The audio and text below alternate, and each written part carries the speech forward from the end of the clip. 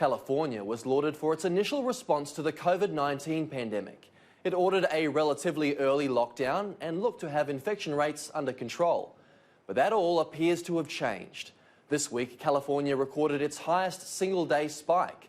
More than 400,000 residents are now confirmed to have the virus. California's governor is concerned about a likely shortage in hospital beds in the state, which now has the most COVID cases in the country. When you're sleeping, you're on your belly? Okay, good. The staff at this California hospital is nearing exhaustion. Every breathing minute, I think about COVID-19. In a video diary from inside Eisenhower Health in Rancho Mirage, nurse Catherine Davis says she's used to seeing one death a year in her unit. With 700 COVID patients treated here so far, she's now seen 40 deaths. We would ensure that a patient did not die alone.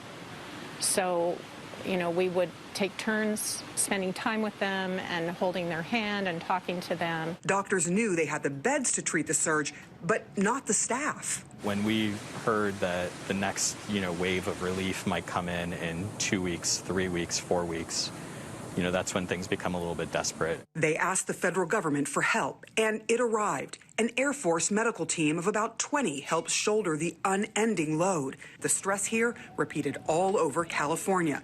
So how did we get here? The state was the first to announce a stay-at-home order. That was March 19th. 7 weeks later, the governor reopened the state on May 8th. You have bent the curve. But that wasn't to be. By early June, the 7-day average for new daily coronavirus cases was more than 2,600. By July 11th, it peaked at more than 9,400, more than a 250% increase. Anne Maureen, you are a renowned epidemiologist. What went wrong in California? We opened up too soon.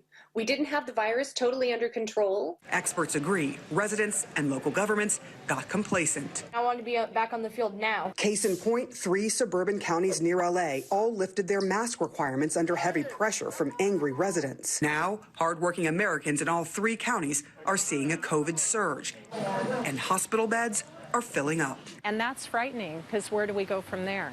Are patients telling you how they might have gotten it? Yes. Well, some of them are partiers. Some of them have gone out and gone to parties, no masks. But Los Angeles County did and still does have strict mask requirements. Tickets are even being issued if you don't comply, and yet it's still the epicenter of the California surge. How much worse does it have to get in Los Angeles before you feel compelled to issue another stay-at-home order? Well, I think we're on the brink of that. People are not following the rules. Among them, California's 40 and under, who make up more than half of the state's new cases.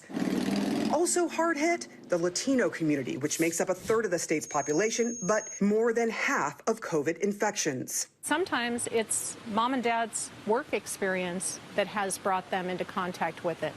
And then it goes through the whole family. Experts say fixing all this comes only one way. You have to just shut down for now. I think that is our only way out.